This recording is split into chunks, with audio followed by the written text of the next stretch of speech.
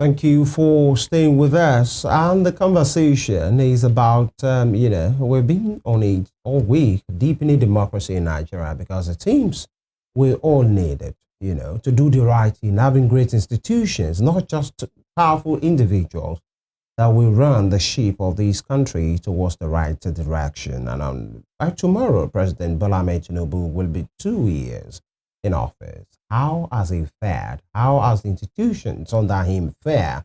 The legislative arm, the judiciary, the executive, of which he is the head, and of course the head of the country, as well as the president of the Federal Republic of Nigeria, and many things that we have been seeing recently is looking like something unusual is happening in the gale of defection affecting almost all the opposition parties, endorsements here and there.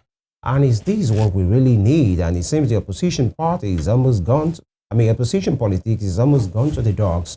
And a very important arm of government is the legislative arm, in which it has the primary function of, making laws, meaningful laws that will help the nation, at all spheres. And of course, very important, that function of check and balancing. Have they really been doing that in a situation when you have the leadership of both arms of the National Assembly, saying Rankadede in a manner of speaking? That's the way they praise, leaders across the North, and saying he has done well. We have never had it good like this. Everybody's endorsing, and they are even speaking on behalf of all other Nigerians to say President Tinubu should not just be the leader, or the candidate of the APC. He should emerge as the only leader candidate come 2027. So how are they doing that as well? Many persons have said the legislative arm, as we currently have, is more or less like an extension of the executive, because anything you could see, yes, they shouldn't be fighting every time, but then with what you are seeing, every one of them is just kowtowing the whims and caprices of the executive. And that's the same opinion that was shared by Dakuku Peter Sard, the former gubernatorial candidate, in Rivers State, saying something is wrong somewhere. We have a lot to talk about. And just yesterday, former Jigawa State Governor Sule Lamido said if Nigeria is left the way it is, and he was talking as a party man, especially if the PDP crumbles, then that means democracy will crumble in Nigeria. And that means what we have is emperor. He has his own opinion, but we will look into that today. We have a public affairs analyst joining us in the studio to look into all of these. So much to talk about. Dr. Oluyemi Omotoshe Jr. is here with us. Good morning, Doctor. Good morning. It's my pleasure being here. Good to see you again. Nice to see you too. All right. Now, for you to have a hang of what we will discuss, we will start, from what Sule Lamido said. I'd like you to take a look. The party collapse, is the Nigerian history which is going to collapse. The same history which produced Tinubu Buhari. Because when the PDP in 1999, which was able to restore Nigeria, get Nigeria reconciled and stabilized, there's no way Buhari or Tinubu can be president. There's no way. So, destroy PDP, destroy yourself. Simple. More than anybody, Tinubu needs PDP. More than anybody. To be chasing him, for him to be on his own toes. But if it collapses, nobody will be chasing him. He'll be chasing himself. Nigeria became independent in 1960. Which means today, how many years old in independence? 65. Now, we'll not be able, up till now, to begin to think about the country called Nigeria. We're talking about, arrangement for power rotation. Is it all about power? What is the country called Nigeria? So there's power rotation will give you power, give you electricity, give you water, give you health. Why are we all, maybe caressing the ego of the interest, rather, look at the country. What are we doing to make sure that, this country become, very, very stable? Because it become, a functioning country with functioning institutions. This country becomes, stable and then a leader of the black race. That should be more paramount. But then if you think, rotating power, will not give you anything. But apart, maybe either pacifying your emotions or your sentiments or caressing your ego. That's what I'm saying is they are ingrained in the first place to make sure they know that we're able, after some years, to build and forge a strong country called Nigeria, where you can be anywhere you want, and that I can trust you. that, when you come for the president, I said, who are you? Are you a Muslim or Christian? I will look at you on your own personal capacity and merit. I say, yes, I trust you. Lead me. All right, that was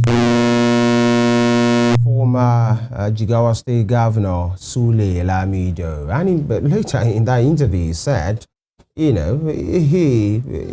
so many things. But let's just start from this point. If PDP crumbles, democracy crumbles, and what we have is emperor. Dr. Luyemi Omotosho. Well, so much to talk about, but let's start from there. No, well, Do you agree with him? No, not totally. If PDP crumbles, not totally. What we have is emperor. Not totally. This is a multi-party democracy. That is what is enshrined in our constitution. Sule Lamido is a respected person. He has been one of the consistent politicians in Nigeria. He has remained in PDP from inception. He was one of the founding fathers. He has never decamped. So he's not part of all this prostitution. That is good for him. He was a former Minister of Foreign Affairs and then a governor. So if he's saying that, it's because of the enormous problems, in the PDP. But the unfortunate thing is that this is a third world country, and it's unfortunate we are not doing well. Our president is doing very badly. This is as a multi-party, practicing a multi-party constitutional democracy means the opposition should be recognized, the opposition should be responsive and responsible. But I'm unhappy to tell you, the present opposition we have is not only irresponsible, they are irresponsive. Again, the PDP has been in power for 16 years. For that 16 years, they have developed the caliber, the attitude of, if I am not there, nobody is there. So they were shocked when there was a merger and power was taken away from them. They have not got out of that since up to this moment. You remember, they have been moving from one crisis to the other. And that is how it will continue. Again, the unfortunate thing about our politics is that the president we have now, that was in the, part of those in the, fighting for democracy those days, fighting as an opposition, telling us all the things we want to hear, is behaving very, very badly. He doesn't recognize opposition. He's struggling tooth and nail to crumble the opposition as an element of the multi-party democracy. That is not good. He's struggling using all his powers and authority to crumble them. He's giving them both money, crumble, using carrot and stick. If you don't abide with their policies to join them, they will use the FCC to run after you. This is not good at all. And then where we are now is that the opposition itself is disorganized. In every opposition party in Nigeria today, I'm unhappy to tell you there is an APC mold there. And that is the major problem. All right. You have a wiki in all the parties. It may not be in government, but they are there. And that is what they are doing. And for somebody who fought for democracy, I expect him to ensure that this democracy is practiced properly so that Nigerians can have dividends of democracy. We are moving towards a one-party state, and it is unfortunate because it's going to lead to anarchy, dictatorship, and authoritarianism, which that is what Lamido is saying. That if PDP is that when you have somebody like that, democracy cannot thrive. The first where we have to start is to even ask, what is the source of all these incomes, of all this money? Nigerians are suffering. Meanwhile, some few people who call themselves politicians are living in affluence. It's unfortunate. Permit me to serve as the devil's advocate here. Yeah. If the president is stupendously rich and he can actually buy anybody, but my question is, it actually takes two to tango. Yes. If there's a buyer, if you're not willing to sell yourself, then nobody can buy you. Again, it boils down to the character of the figures we have in Nigeria's opposition politics today. Because no matter how rich the president is, if we have men who have integrity, men who are accountable, men who stand for something, they won't be bought over by the president. You have said it. They have no integrity. The opposition has no integrity. They have no capacity again. They are corrupt. And I've told you, 88% of them were in government for 16 years. So they are very, very corrupt. We knew what happened during the PDP. I was part of it. And what you observe is that the level of corruption among the opposition, don't let us talk about government now, it's so terrible that, they are always waking up, looking for their own selfish interests, struggling for money. And that is the unfortunate thing. We need to start praying to God more. to tell God to please give us a leader that can allow democracy to thrive in Nigeria, that can allow us to have... Dr. Motosho, where will that leader come from? I'm coming. To have politicians who have the interests of the people at heart. I know. As I'm My talking question to you is now, this, Dr. Motosho. I'm sorry, let me Where will that leader come from? I'm coming. I'm there. That's where I'm going. I'm talking to you now, both the opposition and the government have weaponized poverty. That even the supporters, the electorates, us that you think the elites, that you feel should be fighting these people and be saying no, because I read, I made a first class in political science. What we were taught was that democracy is good because if the government is not doing well, the electorates will vote them out in the next election. But every principle in democratic governance that we have learned in school is the opposite that is happening in Nigeria. You will see a government that is not performing very well at all, and the electorates will still be voting them. And so where is that coming from? It is because we have a gullible, docile, and complacent electorates who poverty have changed their mind. They have no conscience again. So the politicians have weaponized poverty to the extent that we don't have a backup from the electorate. The civil society organizations again are weak because of corruption. Again, it is not the opposition alone that is weak. Now, corruption, because corruption is endemic here, there is no democracy we practice that will lead to good dividends of democracy for Nigerians, because until possibly by God's intervention, maybe by circumstance or by accident, we have a government led by somebody who has the fear of God, who can be transparent, accountable, and then will not be corrupt to this extent. As I'm talking to you now, the corruption in this particular P-backed government is worse than what we had under Buhari. We must speak to facts. Yeah, I'm speaking to facts. We must speak to facts. Were you not here when the minister was told that a minister stole about 44 billion? They arrested her, suspended her. Did you hear anything again? In any environment where people misbehave and there are no consequences, it will continue. And that is the unfortunate thing. We are in this country where somebody built about 750 houses, was building it. Duplexes, 753 duplexes. He got approval, he bought the land, he got approval from FCDA, he got approval from all government agencies. Nobody was talking, nobody was asking questions. Now, why are they asking questions now? It is the same government, the same party. And so they're asking questions because the same party, different government. They're different government, but the same party. Because some Nigerians have seen it and started asking questions. Who own these properties? And there are so many properties in Abuja that are locked up like that. All right. Because of time, Doctor. And you don't know the owner. Yeah. So when corruption is endemically pervasive like this, both opposition and government cannot work well for democracy and for the citizens. Part of what Sule Lamido said in that interview was, if the PDP collapses, Nigeria will collapse. When there is no opposition, then there will be an emperor. When the party collapses, then you have an emperor all over Nigeria. And all emperors are destroyed by their greed. The PDP is Nigeria's history in the last 25 years. I take that again. The PDP is Nigeria's history in the last 25 years. Therefore, look at the bigger picture. If the party collapses, it is Nigeria's history which collapses. And he said, that more than anybody, Tinubu needs PDP to be chasing him, to be on his toes. But when he collapses, nobody will be chasing him. He will be chasing himself. And that was what he said unequivocally, And you don't think so? Who is chasing the PDP? Who is chasing the APC now? Where is the PDP? The PDP is already collapsed. So Lamido is just talking as a party man. He's just talking as a party man, thinking possibly they are going to resuscitate it. The party is already dead. They are waiting for burial day. And, as I'm talking to you now, they had their neck meeting. PDP? Yes, PDP. Dead? Yes, waiting dead. For burial? They have a neck meeting the last, I think 2 days. They had it yesterday? Yes, was Atiku there.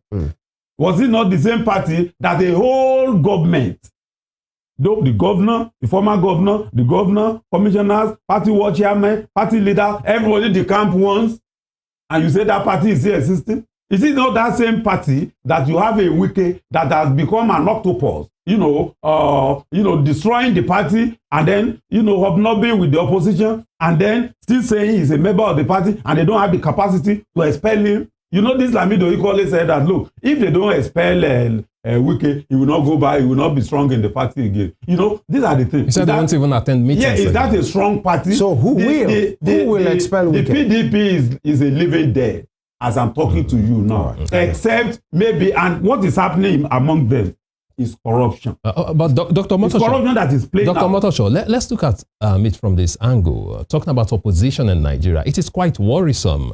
Yes. It's very strong opposition figure in Nigeria. Talking about Mr. Peter Obi of the Labour Party. He raised concerns some time ago. He said it's quite unfortunate that we don't have voices in the opposition, that he is standing, that a lot of people who are supposed to be with him, he said people are actually scared to be seen with him in public. Because he feels they are scared the federal government will go after them just to know that they are supporting an opposition figure. I like listening to intelligent analysis from the way you people are talking here. Those are the facts. It doesn't work like that. Anywhere you have corruption, nothing can work. Can be development. The level of corruption here has rendered all politicians useless. The 1% among them that is still talking like Lamido cannot do anything. The president knows he can settle anybody. Election will be rigged. The person who rigged it, there will be no consequence. The electoral officer will rig election and told you, go to court. If you are not happy with what we are declaring, nothing will happen, no consequences. And then in the same country, you will see people stealing money, living beyond their means. Nobody is checking them. The buck stop at the level, at the point of the president, at the table of the president. Have you heard the president talking about corruption? Have you seen him fighting corruption as if he is here to actually revive Nigeria? The problem we have is that if PDP dies, like he's dying now, he's dying. He's on, I don't know what medical people will call it. He's on oxygen. Yeah. Now, if PDP eventually dies, oppositions are still there. Owore is there. Other smaller parties are there. They will just be talking. Showore himself recently said he said democracy is dead in Nigeria. I don't trust. He said democracy is dead in Nigeria. You will see have all those, all the ones they want. That's why I told you initially that in every opposition party in Nigeria today, there is an APC mode. And that APC mode has enough capacity to disorganize what is happening in the other political Dr. Motosho, are you also... That is unfortunate for us. We call for a multi-party democracy. Why is the government being the instrument of destroying the opposition? The opposition is weak because they are corrupt, they are irresponsible, I agree. But again, the government too is irresponsible because it's determined to weaken the opposition. That's unfortunate. So are you also of the opinion that the government, this current government, is actually weaponizing anti-graft agencies against political opponents? Exactly. That is what they are doing. That is the main reason why Okowa was invited several times by the EFCC. And they told him, look, if you join us, your sins are forgiven. You are aware of that quotation. Now, they practice that. They told him, the only way we can forgive you after all this invitation is that you will join the party. The governor you sponsor will join. All his commissioners will join. Chairman will join. And that happened. And he's there. Otherwise, tell me, have you seen has that happened in Nigeria before? It's the only during the Second or Third Republic, when Awolowo, UPN and MPN was there, you see a very strong opposition. Before Sharigari will make a speech this morning, by evening Awolowo is responding paragraph to paragraph. And he's telling you statistics that will make Nigeria to grow better than what Shagari is doing. He's giving the government of NPN alternative. That's exactly what Professor Patutomi is planning to do. And the government, they are now crying that why government again, I was going to Patutomi, that's why I mentioned UPN and NPN. Patutomi wanted to move to that area. Now they want to cut his wings.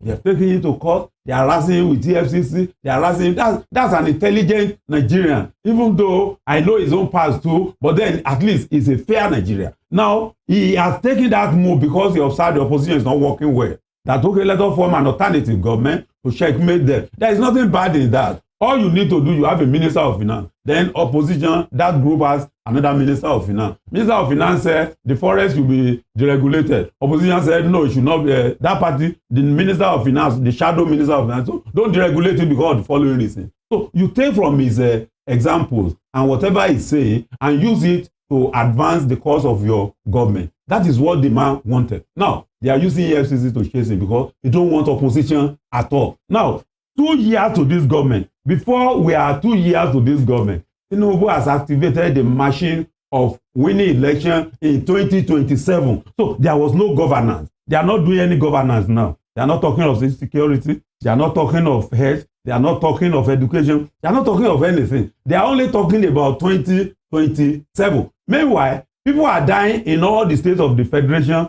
based on insecurity. You are aware of what is happening in Borno State, in Jigawa State, in Taraba State, in other northern states. You are aware of even what is happening in the southern states.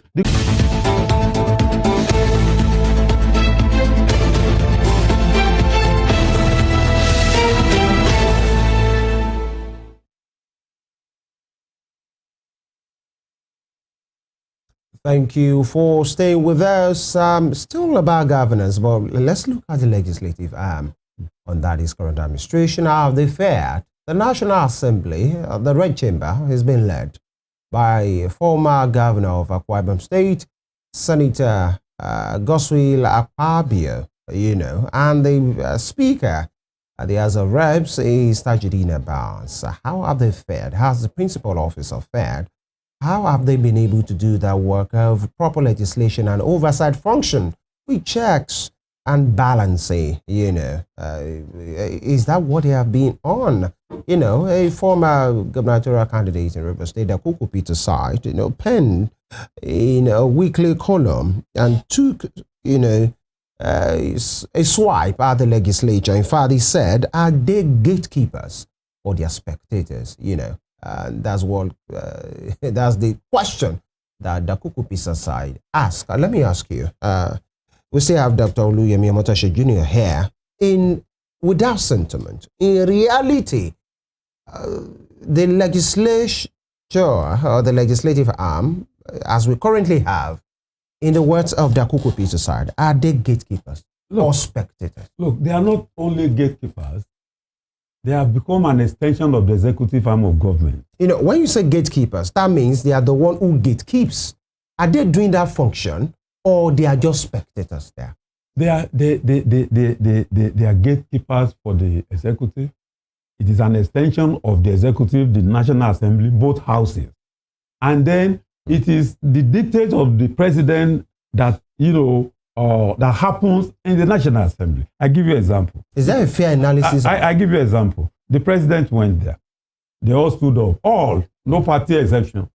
They all stood up and said, on your mandate, we shall stand. That's kind of National Assembly. They should stand, really. The president is in. For what? That's the president. They should stand. The idea behind presidentialism or the presidential system of government is that we should have 3 arms of government that should serve as checks and balances on each other. And then when there is disagreement between the executive and the legislature, the judiciary will intervene. I'm happy to tell you that the National Assembly is rubber stamp. Of course, I can't contest that because the quality of the people in that National Assembly are the type that can become more than rubber stamp. Again, go and check out their antecedents. The president of the Senate himself lost election. He contested for president. He lost. He's not supposed to be in the Senate. You knew how he got there through the judiciary, and then the judicial intervention was silly. Again, there are so many of them like that. Now, when you look at our judiciary today, can you say in your own conscience that the judiciary is dispensing justice? When there is no justice, there can be no fair play. And in this case, the president, I've told you here that this is a settlement government. The National Assembly is settled. The judiciary is settled. And in settling them, they were giving them houses. They were providing building houses for them. They were doing so many things for them to settle them. And so they are jeopardizing this democracy. And it is unfortunate we are like this. We don't have a National Assembly that can check the president. Instead of doing that, it's Natasha and some other minor ephemeral issues they will pursue up and down. Look at the budget. The budget for a serious assembly. Will a budget be padded with 6-point-something trillion naira? And nobody was asking questions until legit came out? Who are they representing? We are in that same National Assembly where you see people who won election on the basis of one political party defecting. All of them defecting. It has happened in Osun State. It has happened in another state that all the senators have decamped to another party.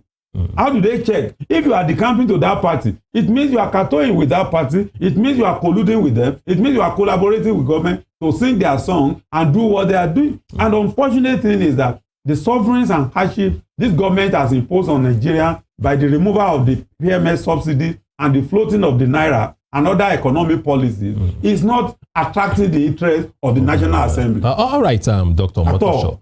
Looking at the National Assembly, let's take a pragmatic look at them. According to Dakuku Peterside's article, he tried to compare Nigeria with the United States. Yes. That we can actually say borrowed democracy from. They should be like the standard globally.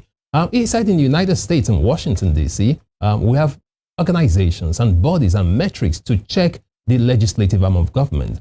For instance, they have the legislative effectiveness score, about 15 indicators to x-ray the bills of the legislative arm to make sure they are quality bills, and also they have the Healthy Congress Index to look at the transparency of the legislative arm of governments, the votes, how transparent they are, how often they meet, the originality of bills, and so on. And he compared that to Nigeria. We don't have all that. So who's really checking the legislative arm of government in Nigeria? And again, looking at their actions so far, the 10th Assembly, it said in that first year, they had about 400 and something bills, about 494 bills or so, and they passed only 19 with about 4%. Then in the second year, up till May, they have about 341 bills. They proposed about 341 bills and passed only 7. Again, the House of Representatives has been more busy, very busy, having about 1,727 bills.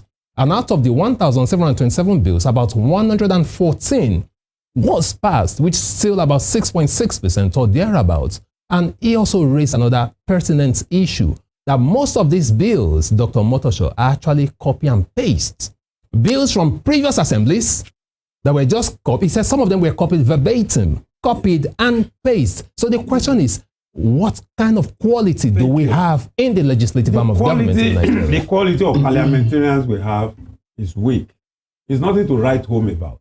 All the bills you even said they are passed, are they in the interest of Nigeria? If they are in the interest of Nigerians, the level of hardship and suffering will not be this high. That is one. Our economic situation will have been stable, will have stabilized.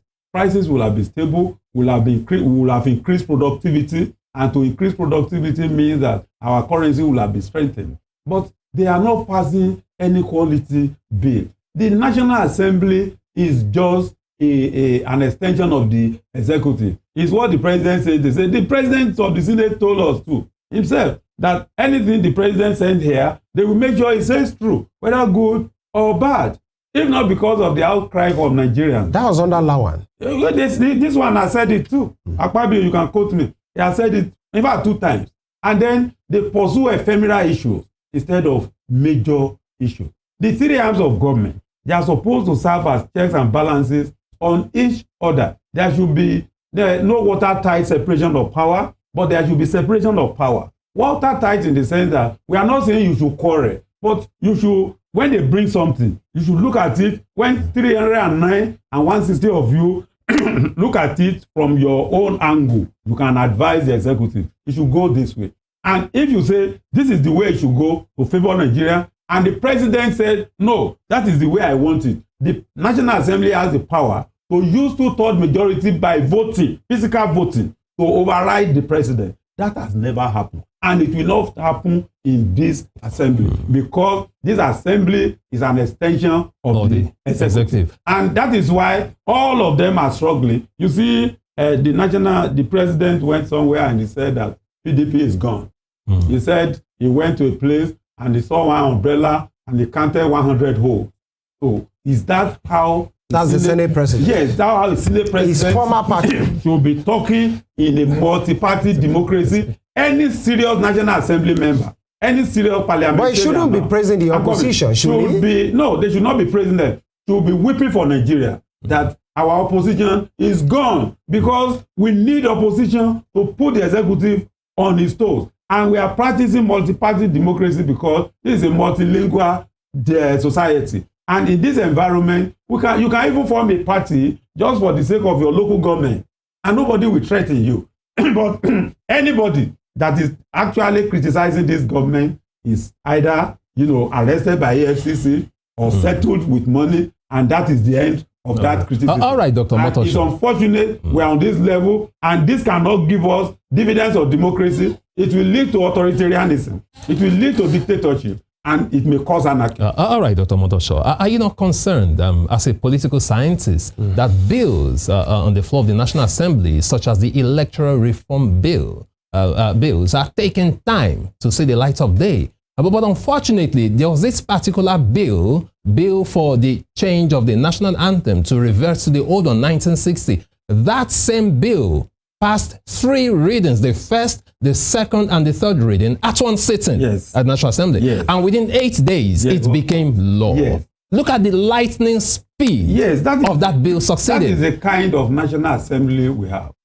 Quality parliament, poor quality parliamentarian. What is the meaning of the National Assembly, of the national attempt to Nigeria, if there is no food on their table? What is the meaning of that? Where you are supposed to pass bill on how to stop insecurity, how to strengthen our military, how to strengthen our security architecture, how to strengthen education, how to strengthen health. Look, this example is it will be unfair on my friend, but I need to say it. The president will want to treat malaria. He's going to France. You see somebody who is the chairman of an chief executive, the CMD of an hospital, a public hospital, is going to treat himself in a foreign country. So, which means they have lost confidence in this system. They only cater for themselves. They don't bother about us. The National Assembly, that is supposed to be the voice of the people, has become an extension of the government, and that is unfair. And why I'm angry personally is because this Tinubu we are talking about was in the doldrum. He fought for this democracy. So we expect him to do the right thing. We expect him to know what he felt when he was in opposition. We expect him to correct all those things and make sure that this government is balanced. That look, there is strong opposition. The government is doing its work. In fact, when the opposition criticizes the government can invite them, please come and explain better. Maybe we can go through your own route. Because why? Because how many times he's always in the court. Always, it's either they are taking him to all right, that's the path he has chosen to take now, as a critic. That's an opposition. An opposition that want to demolish the headquarters of the PDP. They want to demolish it. Until the president said, no, don't do it yet. I think that's unfair. We will have demolished the PDP secretariat, and crass irresponsibility. It is. For a PDP that was in power for 16 years. It is. Not to be able to handle his affairs and do the needful. It is. If you ask the other political parties, including the APC, they are all defaulting. Well, we don't know that. You will not know because they are in government. Because the FRS was defaulting. I say who has the capacity to go and say they want to demolish their house. All right. They are all doing the wrong thing. All right. They are responsible. What I'm trying to say is that, I mean, they are using everything at their disposal to ensure that they weaken the opposition. Because of time. And that is not good. All right. But then one will say the PDP played into their hands as well. They may be. By not minding. Because they are irresponsible. Yeah. All right. Now, we have, a few minutes to go now. President Bola Ahmed Tinubu will be 2 years in office tomorrow, officially. How will you do? I know you have said maybe he hasn't done well, but will you say it has all been gloom and doom and nothing, knowing fully well that states have more money now? Everybody is blaming Tinubu for removing subsidy. States now have more money, enormous money. Now, people are not really looking at the governors. The NEL fund loan thing is there and it's working. Many students are being part of it and other things as well. How will you describe it? Yeah. In clear conscience. In clear conscience. 2 years of President Tinubu. He has to take hard decisions to move Nigeria forward. But he's not living it. His people are not living it. He put the cart before the horse. That is the problem. All the political parties during campaign said they are going to remove subsidy. Right. Nigerians, because of the corruption in the subsidy regime, said remove it. But it was not that one man will arrogantly remove it alone. We expect the government to remove it. It was only Tinubu that removed the subsidy and floated the naira without consulting anybody. And that is why the economic hardship and suffering catapulted. That is why the government is running from pillar to post. to me, because of lack of consult, Nigerians and experts before he took the decision, I gave him a very poor mark. In fact, if you ask me to score him, based on the suffering of Nigeria, if you score as a lecturer, you shouldn't score more than 5 over 100. He has 5%. Performed badly. He has put Nigeria on a very bad pedestal to the extent that families can't feed, people cannot go to work, professors are riding Okada because there is no money to buy petrol. Let me tell you, the PMS thing in Iran, PMS is 26 naira equivalent. And what do? If they catch you exporting, if they are exporting, anyone they are exporting, about 1,800, 1,900. But if they catch you exporting their PMS illegally, it's public execution. Indians were really enjoying. It was that PMS. And then you remove it without consulting them. And that has increased. Look at prices of goods. We can't buy rice. If I want to buy a bag of rice from my salary now, then it means I will not be going to work again. Because at the end of the day, all right, all right, Dr. Motosho. He has performed badly. I can give him 5%, because he's always putting the cost before the cart before the cost, and he's not consulting enough. All right, Dr. Motosho. The president has performed badly according to you. Yes. You're rating him 5%. 5%. But again, Dr. Motosho, it all boils down to the inefficiency and non-effectiveness of the legislative arm of government, the National Assembly. In your own opinion, what do you think we can do? What can be done to strengthen the legislative arm of government in Nigeria? Is it that we do not have quality people there, or is it that we don't have institutions and we don't have parameters to check their activities, just like we have in the United States of America? The first thing to do is for the president to become born again, Democrat, become charismatic, decide that he will no more be corrupt. It is corruption that is enhancing all this. But can the National Assembly influence that change? The boss thought on the president's table. If the president wants the National Assembly to be incorruptible today, he can do it. But should they, sorry, Dr. Moto, should the National Assembly be waiting for the president? That's my question. I'm coming. Both the National Assembly and the executive are, fantastically corrupt. And because of that, these are big allegations. These are big allegations. They can come into just like the British Prime Minister. I have my reason. Corruption is those are big allegations. It's palpable. It must be substantiated. Yes, it's palpable. You can. They have given you the case of the one that was a humanitarian who stole 44 billion, and we have not heard anything up till now. There are many. Look at the NNPC. Look at the NNPC. They told us several times. I came here to tell you several times that Warri refinery was not working. They were doing corruption. They were importing and then taking it there to refill and say the thing is producing petrol. Have we not discovered now that it has collapsed? Corruption is in everywhere. If our cash cow is a cesspool of corruption, how can development come? Everybody in the National Assembly, everybody in the executive is struggling for what they can steal every day, and that cannot help Nigeria. So if the president, if they want a solution to all these problems, the president has to turn a new leaf, and he has to call his court in the National Assembly and tell them to turn a new leaf. That where are you going with all this wealth? You are here when the Senate president told us that we are paying something to your account. To your account, you can go and have it. Is that legal? You are here when the same Senate president was saying before he became Senate president as Minister of Niger Delta, off microphone. It's all right. We have to go. Has to collapse. The endemically pervasive environment like Nigeria cannot see development for a long time, particularly when the corruption emanates from the chief executive of the country, which is the president. We must go, and of course, just like I said, those are big allegations. And I've substantiated them. And they are your opinion. Yes, by the way. They're my opinion, and I can be quoted anywhere. All right. Thank you, Dr. Oluyemi Omotosho Jr., for your take on deepening democracy here in Nigeria. And of course, President Bola Tinubu officially will be 2 years in office tomorrow. And then we will have a special one to look at his scorecard and it's towards having a better nation, the one that we are proud of. Either it's PDP or APC or LP or the one they call APC, PDP.